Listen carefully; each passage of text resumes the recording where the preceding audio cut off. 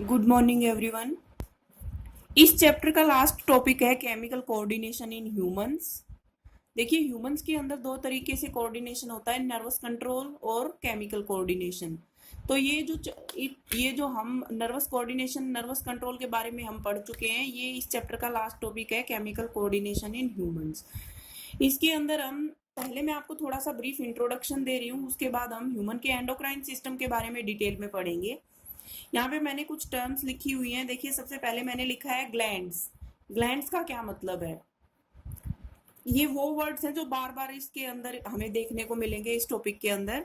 Gland का मतलब होता है कि कोई भी एक सिंगल सेल या कोई भी एक ऐसा टिश्यू जो कुछ केमिकल सब्सटेंस सिक्रेट करता है, और वो केमिकल सब्सटेंस एक पर्टिकुलर फंक्शन परफॉर्म करता है बॉडी के अंदर, उसको टिश्यू को बोलते हैं ग्लैंड। अब ग्लैंड को तीन कैटेगरीज में डिवाइड किया है हमने: exocrine gland, endocrine gland and heterocrine gland. Exocrine gland वो ग्लैंड होते हैं जिनके अंदर एक डक्ट होती है। डक्ट मतलब एक ट्यूब जैसा स्ट्रक्चर। तो उस ग्लैंड के अंदर जो भी केमिकल सब्सटेंस फॉर्म होगा वो उस डक्ट के थ्रू अपने टारगेट साइट पे पहुंच जाएगा, यानी जहां पे उसको काम करना है।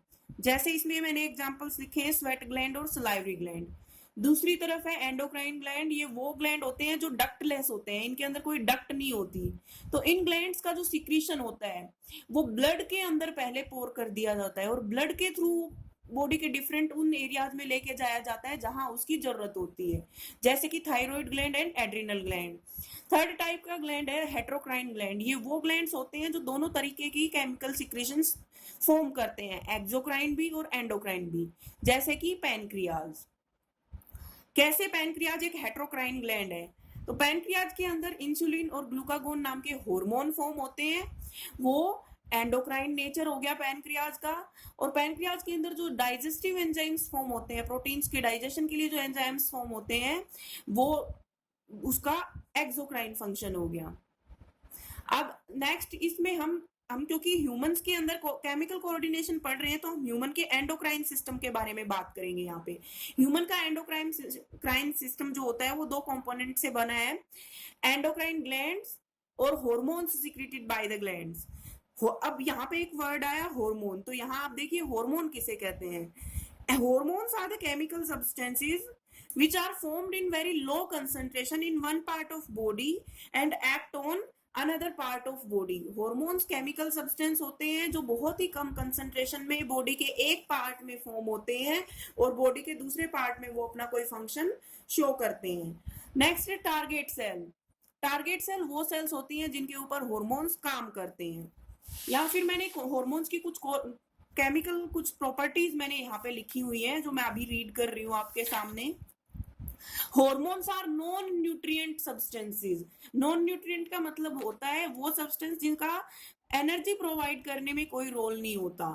उसके अलावा hormones are produced in very small concentrations. बहुत ही स्मॉल अमाउंट में, बहुत ही स्मॉल कंसंट्रेशन में जो हॉर्मोन्स हैं वो रिलीज होते हैं बॉडी के अंदर।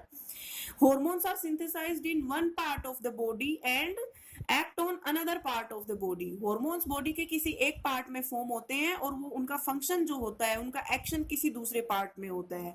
हॉर्मोन्स की एक्सेस से भी और उनकी डेफिशिएंसी से भी बॉडी के अंदर डिफरेंट टाइप के डिसऑर्डर्स अराइज होते हैं।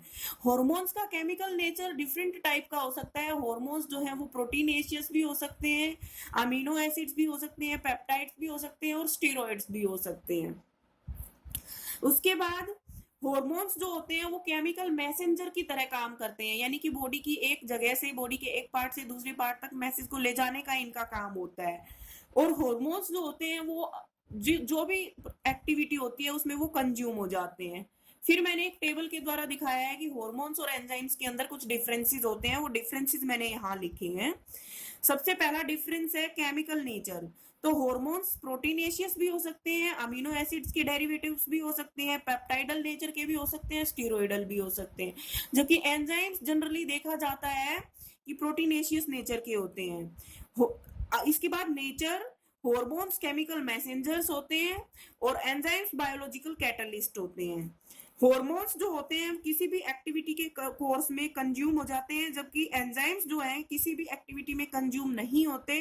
जबकि प्रोसेस कंप्लीट होने के बाद, रिएक्शन कंप्लीट होने के बाद एंजाइम्स हमें वैसे के वैसे वापस मिल जाते हैं। हॉर्मोन्स सिक्रीट किए जाते हैं एंडोक्राइन ग्लैंड के द्वारा, एंजाइम्स सिक्रीट किए जाते हैं एक्सोक्राइन ग्लैंड के द्वारा। हॉर्मोन्स सेल के अंदर डिफ्यूज हो जाते हैं जबकि एंजाइम्स सेल के अंदर डिफ्यूज नहीं होते। हॉर्मोन्स स्मॉल साइज के मॉलिक्यूल होते हैं जबकि एंजाइम्स लार्ज साइज के मैक्रो मॉलिक्यूल्स होते हैं। तो ये मैंने केमिकल कोऑर्डिनेशन के बारे में एक बेसिक इंट्रोडक्शन आपको दिया है।